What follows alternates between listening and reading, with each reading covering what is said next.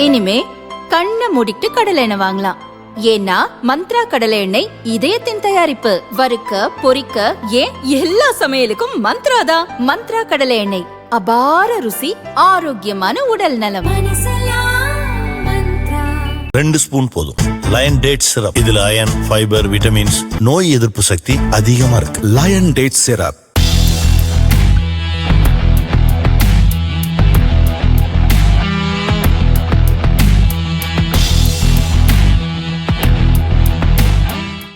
E-commerce நிறுவனமான மீஷோவுக்கு 1500 கோடி வரி பாக்கியை செலுத்துமாறு வருமான வரித்துறை நோட்டீஸ் அனுப்பியுள்ளது.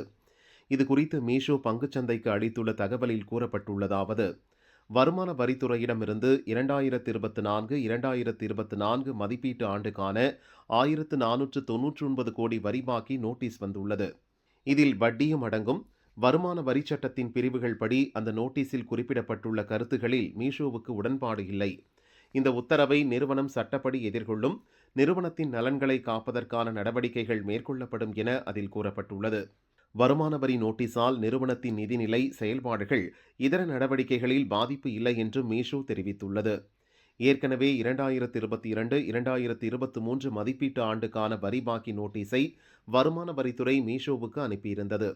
கர்நாடக ஹைகோர்ட்டில் இது தொடர்பான வழக்கில் நோட்டீஸுக்கு இடைக்கால தடை பெறப்பட்டுள்ளது.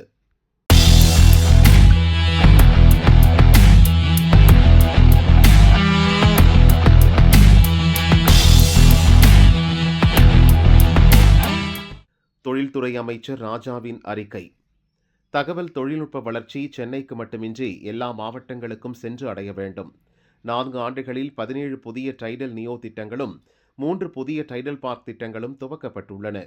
இதில் 7 டைடல் நியோ பார்க்குகள் திறக்கப்பட்டு இளைஞர்களுக்கு வேலைவாய்ப்பை அளிக்கிறது. 6 டைடல் பார்க்குகள் கட்டுமானத்தில் உள்ளன. 4 பணிகள் விரைவில் துவங்கப்பட உள்ளது.